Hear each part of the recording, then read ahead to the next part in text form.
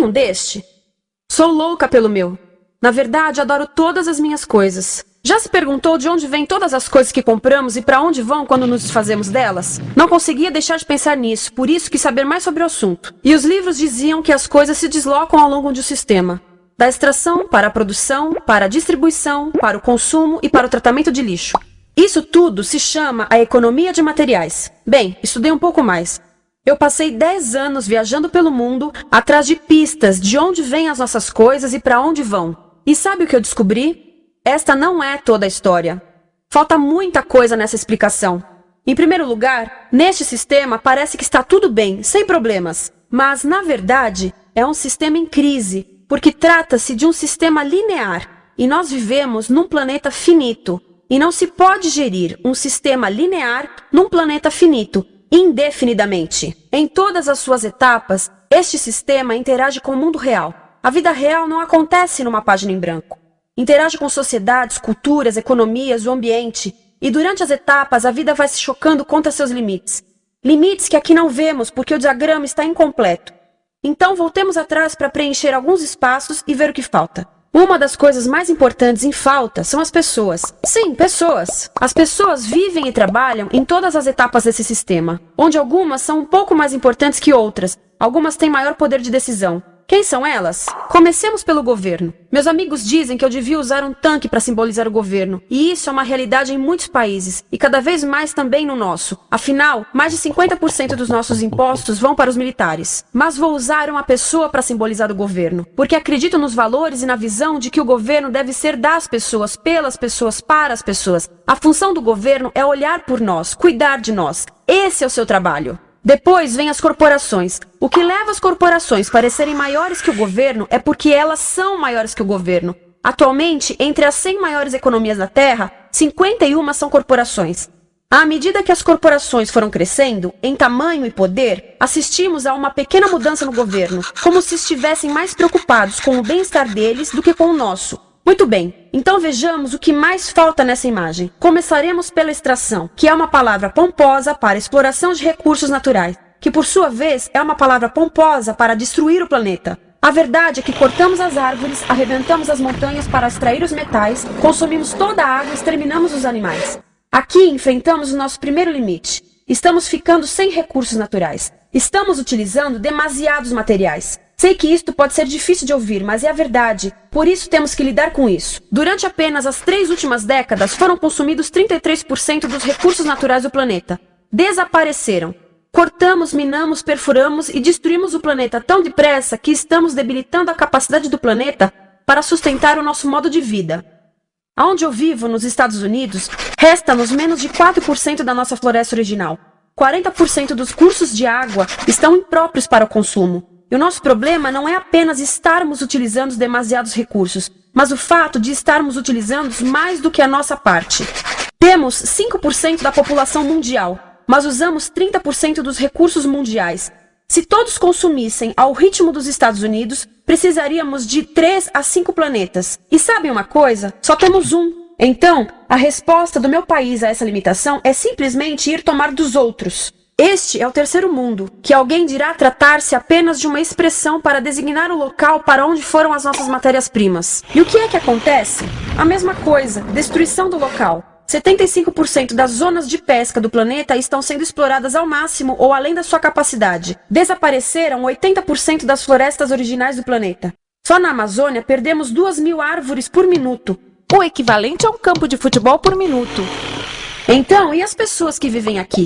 Bem, de acordo com esses sujeitos, eles não são donos desses recursos, mesmo que vivam lá há gerações. Não são donos dos meios de produção, nem compram muitas coisas. Nesse sistema, quem não possui nem compra muitas coisas não tem valor. A seguir, as matérias-primas seguem para a produção, aonde utilizamos energia para misturar químicos tóxicos com recursos naturais para produzir produtos contaminados com tóxicos. Há atualmente no comércio mais de 100.000 químicos sintéticos. Apenas um punhado foi testado para avaliar o seu impacto na saúde, e nenhum foi testado em relação aos impactos sinérgicos na saúde, ou seja, a interação com todos os outros químicos aos quais estamos expostos diariamente. Por isso, desconhecemos o impacto total deles na saúde e no ambiente. Mas sabemos uma coisa: os tóxicos entram e saem. Enquanto continuarmos a introduzi-los nos nossos sistemas de produção industrial, continuaremos a inserir esses tóxicos nos produtos que levamos para nossas casas, trabalho e escolas, e claro, para nossos corpos. Como os BFRs, ou retardantes de incêndio à base de brometo, que tornam as coisas mais resistentes ao fogo, mas são super tóxicos. São neurotóxicos, ou seja, tóxicos para o cérebro. O que é que estamos fazendo usando esses químicos? Apesar disso, os usamos em nossos computadores, eletrodomésticos, sofás, colchões e até alguns travesseiros. Sim, pegamos nossos travesseiros, os revestimos com neurotoxinas, levamos para casa e dormimos por 8 horas com eles. Não sei, mas acho que num país com tanto potencial, poderíamos ter uma maneira melhor de evitar que as cabeças peguem fogo à noite. Sabia que essas toxinas vão se acumulando ao longo da cadeia alimentar e se concentram nos nossos corpos? Sabe qual é o alimento do topo da cadeia alimentar com o nível mais elevado de químicos tóxicos? O leite materno. Isto significa que os menores membros das nossas sociedades, os nossos bebês, recebem as maiores doses de químicos tóxicos das suas vidas a partir do leite das suas mães. Não acha que é uma incrível violação? A amamentação deveria ser o mais importante ato humano de nutrição. Deveria ser algo sagrado e seguro.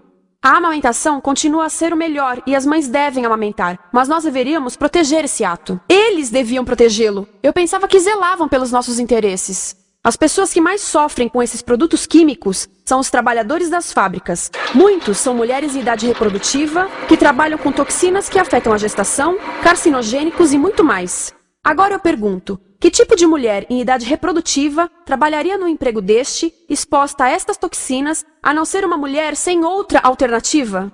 Essa é uma das maravilhas desse sistema. A erosão dos ecossistemas e economias locais aqui garante um fluxo constante de pessoas sem alternativas. No mundo, há 200.000 pessoas por dia se deslocando de ambientes que as sustentaram ao longo de gerações para cidades, onde muitas vivem em bairros de lata, à procura de emprego, por mais tóxico que seja. Não só os recursos são desperdiçados ao longo desse sistema, mas também pessoas, comunidades inteiras são desfeitas.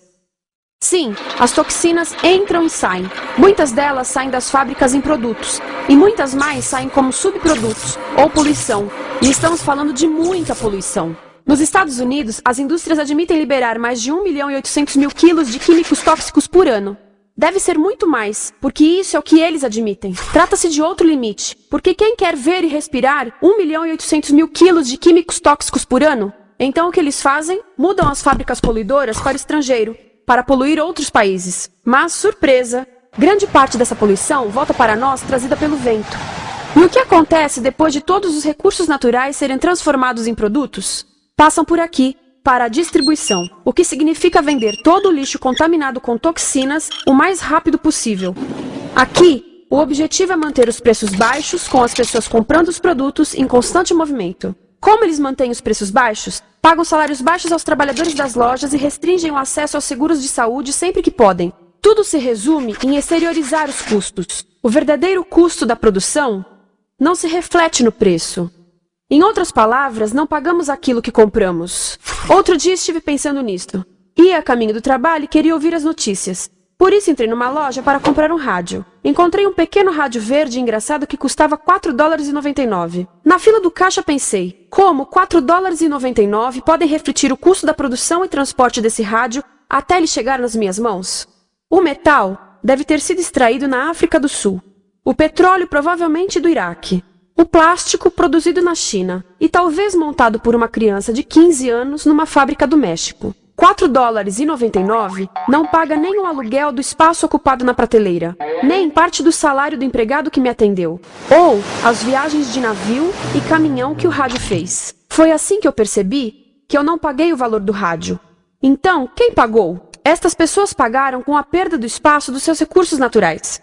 Estas pagaram com a perda do ar puro, com o aumento de doenças como asma e câncer. As crianças do Congo pagaram com o seu futuro, pois 30% delas abandonam a escola para trabalhar nas minas de coltan, um metal que usamos em aparelhos eletrônicos baratos e descartáveis. Estas pessoas pagaram por não ter direito ao seguro de saúde.